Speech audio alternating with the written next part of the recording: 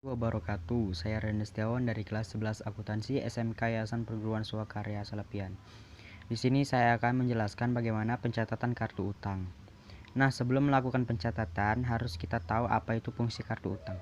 Nah, jadi fungsinya yaitu untuk mencatat semua hal yang berkaitan dengan perubahan utang kepada setiap kreditur. Apa itu kreditur? Nah, jadi kreditur adalah pihak yang memiliki utang. Untuk melakukan pencatatan kartu utang sama dengan buku pembantu piutang. Akan tetapi, pencatatan pada kartu utang yaitu perusahaan kita memiliki tunggakan kepada perusahaan lain. Contohnya, pada tanggal 1 November 2018, PT Sarjana Muda mempunyai utang dengan data berikut. A. Data utang kepada kreditur pada tanggal 1 November 2018. Artinya, perusahaan kita berutang kepada PD Usaha Baru sebesar 3.200.000, kepada PD Jiwa Muda sebesar 2.600.000, kepada PD Pratama Jaya sebesar 2.700.000.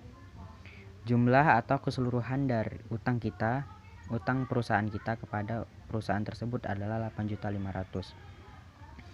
B. Transaksi yang terjadi dalam bulan November 2018. Faktur itu artinya perusahaan kita berutang kembali kepada perusahaan tersebut. Pada tanggal 6 November, faktur dari PD Usaha Baru sebesar 3.800.000. Pada tanggal 14 November, faktur dari PD Pratama Jaya sebesar 2.500.000. 25 November, faktur dari PD Jiwa Muda sebesar 2.700.000. Maka jumlah penjualan kredit bulan November 2018 sebesar 9 juta. Berikut rincian kegiatan yang berkaitan pembayaran utang kepada kreditur. Artinya, perusahaan kita membayar utang kepada perusahaan tersebut. Pada tanggal 4 November, perusahaan kita membayar utang kepada PD Usaha Baru sebesar 2.200.000. Pada tanggal 10 November, perusahaan kita membayar utang kepada PD Pratama Jaya sebesar 2.700.000. Pada tanggal 18 November, perusahaan kita membayar utang kepada PD Jiwa Muda sebesar 1.600.000. Pada tanggal 27 November, perusahaan kita membayar utang kepada PD Usaha Baru sebesar 1 juta. Jadi, jumlah utang yang dibayar bulan November 2018 adalah sebesar 7.500.000. Kita masuk ke buku pembantu utang PT Sarjana Muda atau perusahaan kita tadi. Yang pertama, nama krediturnya adalah PD Usaha Baru. Pada tanggal 1 November, saldo PD Usaha Baru sebesar 3.200.000. Kita lihat di sebaliknya. PD Usaha Baru sebesar 3.200.000.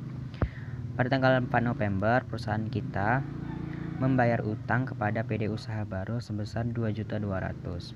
Maka 3.200.000 dikurang 2.200.000 hasilnya adalah 1 juta. Kenapa dikurang? Karena perusahaan kita sudah membayar utang kepada PD Usaha Baru, maka hasilnya dikurang. Pada tanggal 6 November, perusahaan kita berutang kembali kepada PD Usaha Baru sebesar 3.800.000. Maka saldo yang tadi 1 juta ditambah 3.800.000 hasilnya adalah 4.800.000. Kenapa ditambah? Karena kredit bertemu dengan kredit. Pada tanggal 27 November, perusahaan kita membayar utang kembali kepada PD Usaha Baru sebesar 1 juta. Maka hasilnya adalah 3.800.000. 3.800.000 ini dari 4.800.000 dikurang 1 juta, hasilnya 3.800.000. Yang kedua, nama kreditur PD Jiwa Muda. Pada tanggal 1 November, saldo PD Jiwa Muda sebesar 2.600.000. Kita lihat lagi. PD Jiwa Muda sebesar 2.600.000.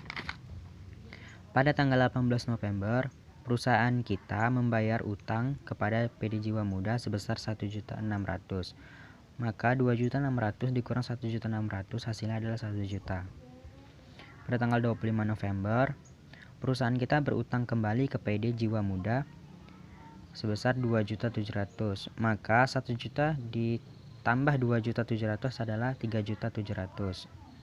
Yang ketiga adalah kreditur PD Pratama Jaya. Pada tanggal 1 November, saldo PD Pratama Jaya sebesar 2.700.000. Nah, kita lihat.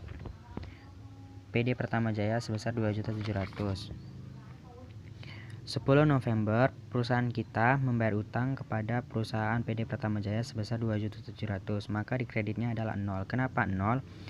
Karena utang yang kita miliki sebesar 2.700.000 dan kita bayar atau lunasi sebesar 2.700.000, maka hasil ada 0. Pada tanggal 14 November, perusahaan kita berutang kembali kepada PT Pratama Jaya sebesar 2.500.000, maka di kredit juga tetap 2.500.000, karena tadi kalau 0 atau kosong ditambah 2.500.000 maka hasilnya pun tetap. PT Sarjana Muda daftar saldo utang tanggal 30 November 2018.